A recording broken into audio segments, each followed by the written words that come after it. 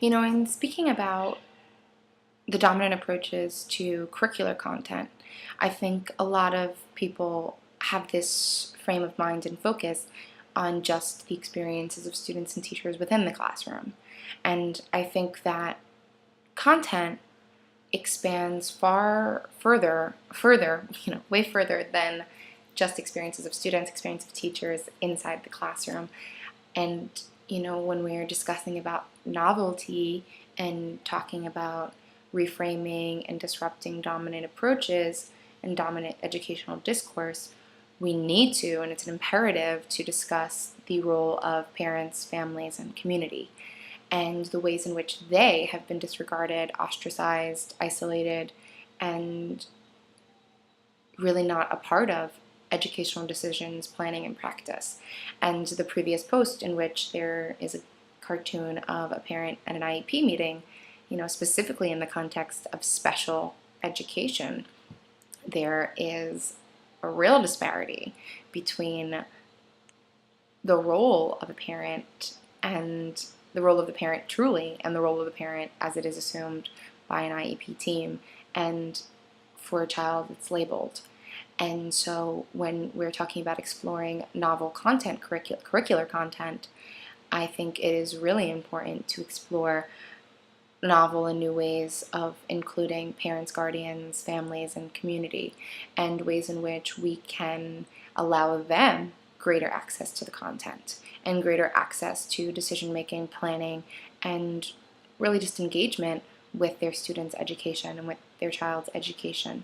Because at the end of the day, they are such a great influence. And in exploring novel curricula, we need to explore content that is important to them and stop privileging knowledges and privileging ways of doing and being that completely ostracize and do not take into account our students and their families and the traditional approaches to life that they have.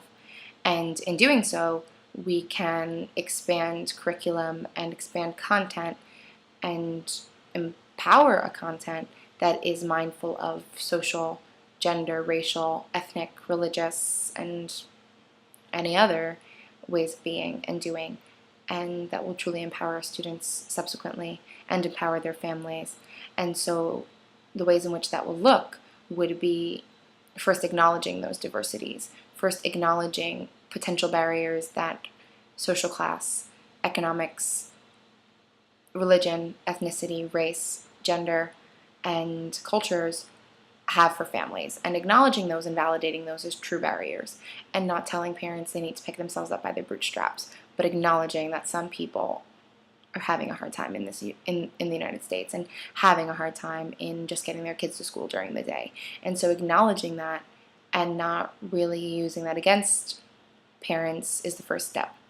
And I've heard a lot of teachers who say, they have a bad family. Oh, I wouldn't expect anything more from him or her because so-and-so's mom is a drug addict, or so-and-so's dad, can't put food on the table, or they're from a broken home.